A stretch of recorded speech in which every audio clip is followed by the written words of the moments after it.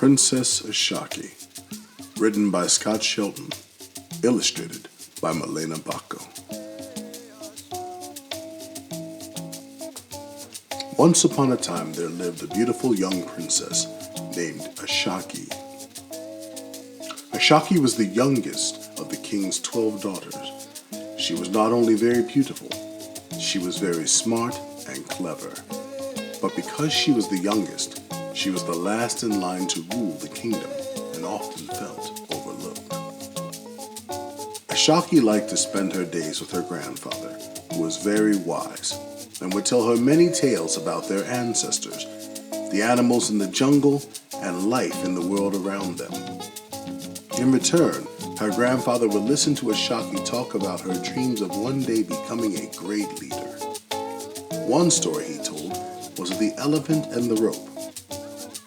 Grandfather pointed to a large elephant who was tied to a pole with a rope. Do you know why a mighty elephant is held by such a small rope they can easily break?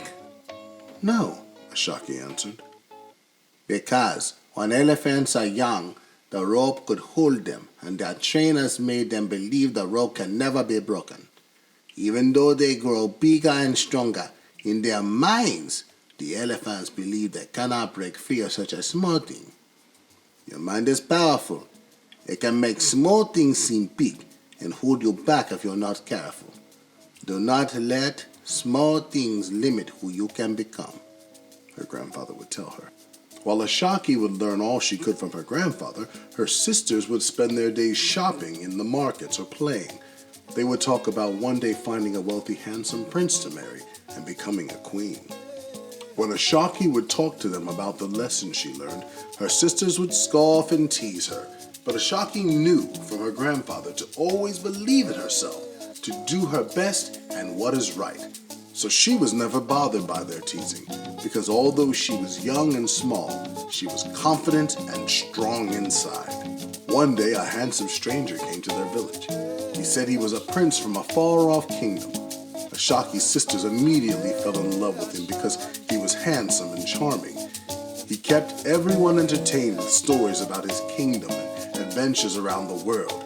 Everyone, that is, except Ashaki. She thought there was something hollow and odd about the man, but she did not know quite what it was. When night came, Ashaki saw the man sneaking out of the village, so she followed him. When he came to a clearing, the man began to call out with an odd laughing voice, while Ashaki watched from her hiding place. Soon, a pack of hyenas came out of the trees, but the man was not afraid and did not run. Instead, he talked to the hyenas and told them how he planned to capture the king's daughters for them to eat. Then, the man changed into a hyena, and they all began to laugh loudly. Ashaki ran back to the village terrified by what she had just seen.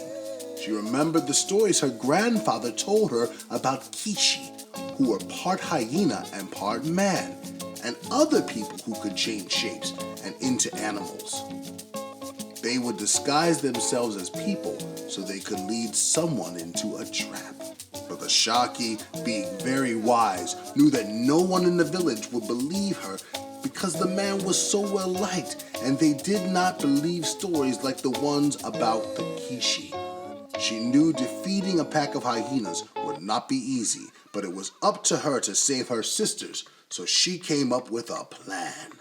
The next day, Ashaki freed some of the large elephants by getting them to break free from the ropes that held them. With the help of the elephants, she prepared a trap for the man and his pack of hyenas. When the time came, the man lured Ashaki's sisters away from the village and to the same clearing he went to before. While he told them more fancy stories about his adventures, the pack of hyenas crept up from behind. Just as they were getting close, they walked into the trap that Ashaki and the elephants had made for them. The man then changed into a hyena and was going to try to eat her sisters, but suddenly Ashaki burst from the jungle riding on top of an elephant and chased him into a pit where the other hyenas were trapped. Ashaki's sisters went back to the village and told everyone what had happened.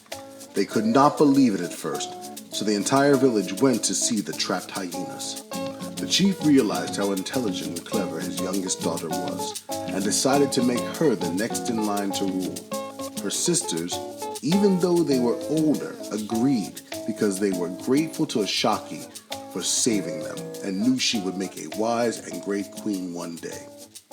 And this is how Ashaki went from being the youngest and last in line to becoming queen.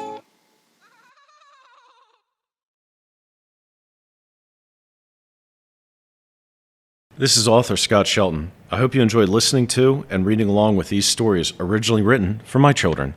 Please like and subscribe to my channel.